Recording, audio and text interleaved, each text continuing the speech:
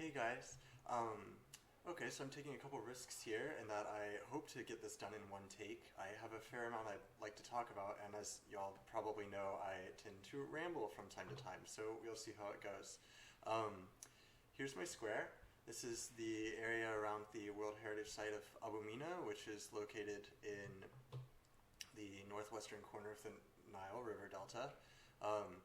As you can see, some dramatic changes have happened here over the last 35 or so years, namely that the Lake of Meerut, which is an ancient lake, has dramatically grown and shrank. Despite looking larger in the 2020 image, it is actually about 25% the size it was at the beginning of the 20th century. So that's an interesting fact. The second, and possibly more dramatic, is that this large desert is clearly being turned rapidly into a major agricultural zone. So here's a bit of my marking of sites in action. I have many more that are tagged, but this was sort of taken in the processing period.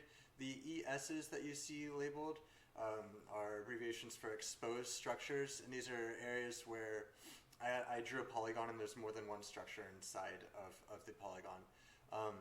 The FSs you see here, there's many more of them, and that just stands for freestanding structure. And then obviously I have some unknowns, right? I don't know, I can't tell if it's an ancient site or a modern site. This just looks possibly ancient. So right in the center of this whole square is the World Heritage Site of Abu Mena.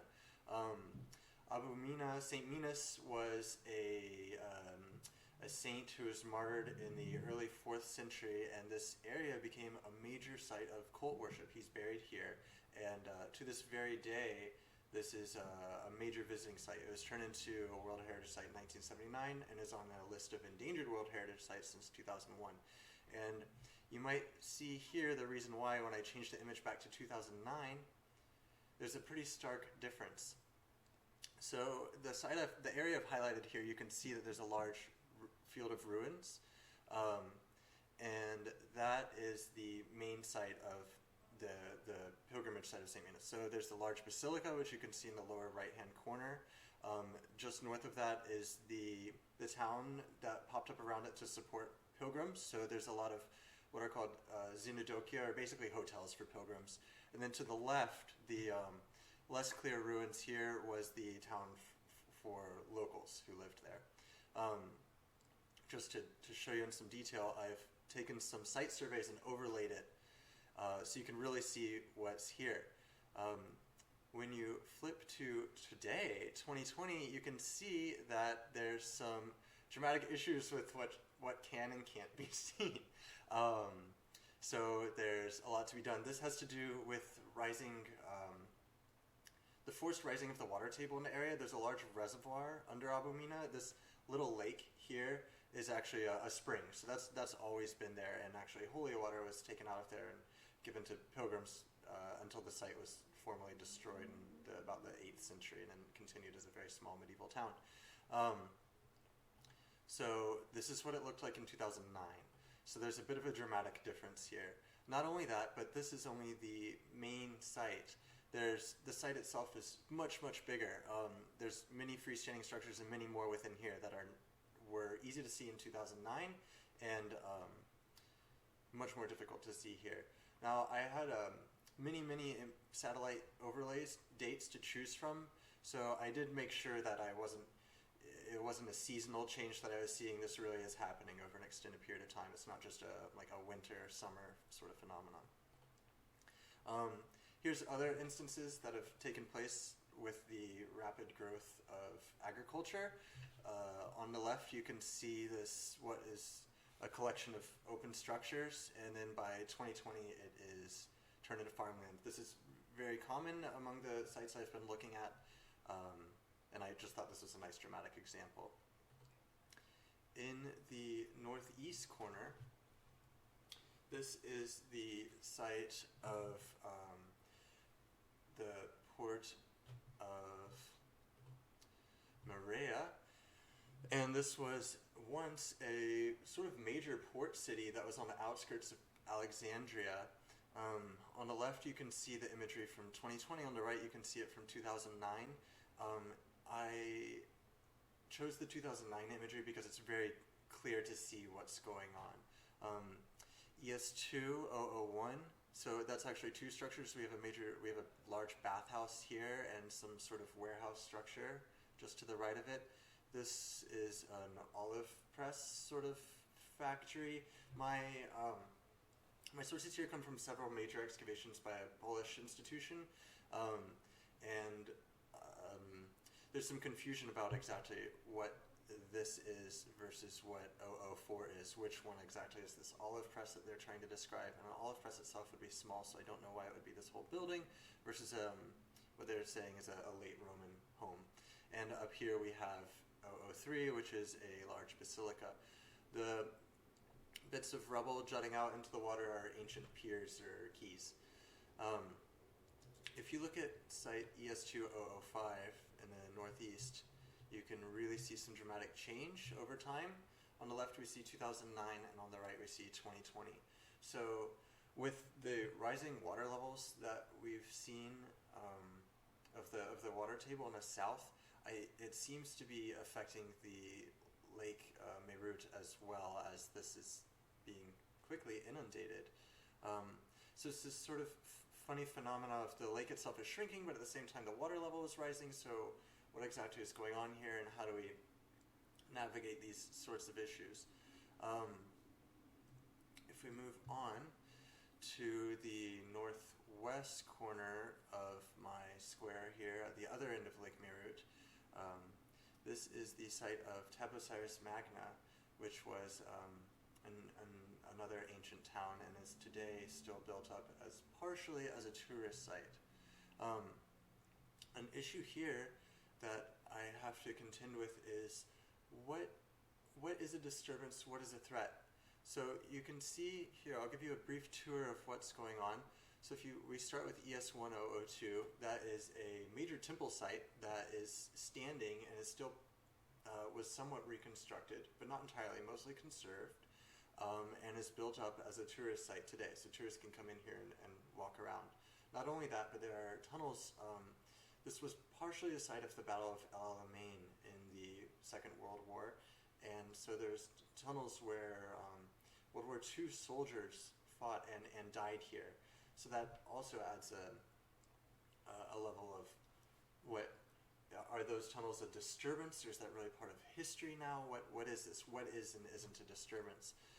If we move to ES1006, this is a tall tower, commonly referred to as the Pharos of Taposiris Magna, which is sort of hearkening to the Pharos of Alexandria, the lighthouse, the famous lighthouse of Alexandria. Here, there's a very low likelihood this is a lighthouse, according to some of the research I've done. It also is largely reconstructed. So this was probably some sort of tomb of some sort, and then it was rebuilt sometime in the 20th century. Just to the north of it, you can see these little dashed lines. Those are modern Muslim graves. So is the conservation a threat? Is the conservation a disturbance to the original structure? Are the graves a disturbance to the structure? This is all something I'm sort of juggling. Down here in ES1004, we see some ruins. That's probably contemporary to the whole of this region, which was once a town. As you can see, it's very close to the water. Other imagery shows the water getting further and further away, which is interesting because the water is rising in other parts, like I showed you just moments ago at the earlier site. So that's something I have to contend with. Not only that, but ES001, I believe, is probably a medieval or later tomb for a local Muslim sheikh or a holy person of some sort. So taken as a whole, this is an old area, but there's different historic sites from different periods within here. So how do I juggle that and bring it all together is something I'm trying to navigate. So, like, do I count this tomb as a disturbance for the older site, even though the tomb itself could be, 500, 600, 700 years old? Or is that sort of a write-off? Do I treat it a bit differently? So to look at that sort of stuff more closely, and I'm still sort of juggling how to go about this, I've taken most of my data, and as you can see, this is an incomplete process here, but I've put it into an Excel spreadsheet, and it's somewhat larger than you can see, but I've tried to use the Mena table and customize it to my own using limited vocabulary here, and then leaving a large section for descriptions. I had initially just written these very long paragraphs on each site on Google Earth, and it just wasn't working for me. It made no sense. So I had to break it down this way. But this is still really difficult to look at. So using my high school knowledge of Microsoft Excel and some YouTube, I've turned these into much more easy to navigate pivot tables. So I can minimize and maximize different sites and different elements within sites as I please. So up in this upper image, you can see that this is Taposiris Magna, so it's the whole of the site that we were just looking at with all of those different elements, the temple, the pharaohs, the tombs. And this whole section, the area polygon, and all of these different elements are disturbances for the whole of the site. Whereas below, I've expanded each different freestanding structure within there, each of those exposed structures. So you can now see that while I rate the whole site as fair up above, within that I can give it its own diagnosis per feature.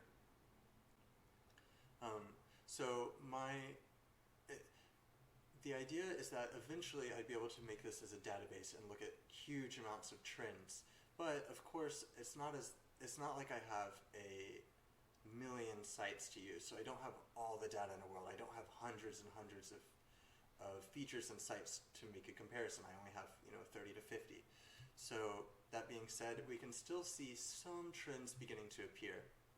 So if we expand this whole pivot table for all of the main sites and all of the sites within that, I know it's probably a bit hard to see.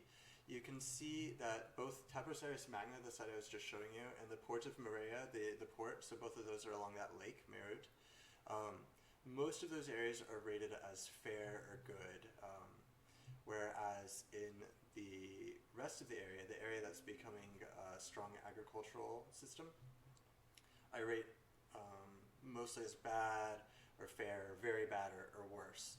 So that trend also follows along what is going on as far as disturbances. So you can see in this lower area, it's a lot of vegetation and crops, and that a lot of it is ongoing. Whereas in the north, we certainly have that happening, but there's many other aspects that are also going on here, and some of those have lasted for a while, or stopped much early on, or earlier than some of the imagery I have. So what I'm beginning to see is we can take that, you can see I've tried to color code it here, you can take that and apply it to these different sectors. So ideally, if we expanded this to like the whole of Egypt, or I found, let's say, 500 more sites, I'd really be able to, I think, pick up on this trend of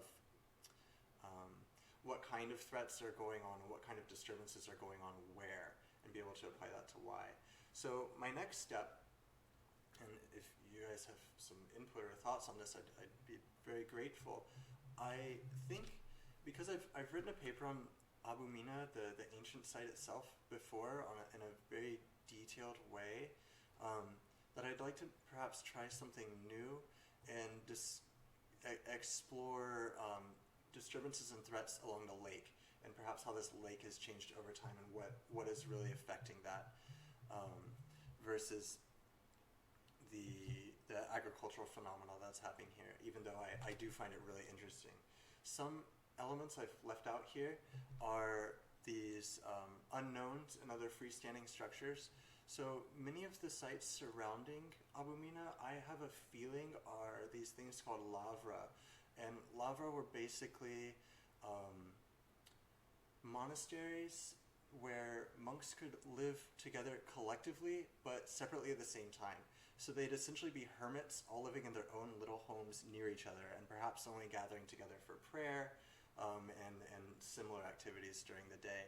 And I think a lot of these are what's studding the landscape right around the main site of Abu Mena, which is right here. So we'll see. I have a number of other structures as well that I mean to kind of look into. There's some other excavated sites and graves. There's also a mound I'm sort of curious about. And then there's a few things I can't tell if it's like a modern dump site or a warehouse or what. So it just leaves some exploration. So I hope this video was interesting. I hope I got across sort of what I'm dealing with and how I'm dealing with it. So like, comment, and subscribe. No, I'm just kidding. So I hope for my final presentation I can give this in a much more clear way, but I think this at least shows some of the methodology I'm beginning to use here. Thank you.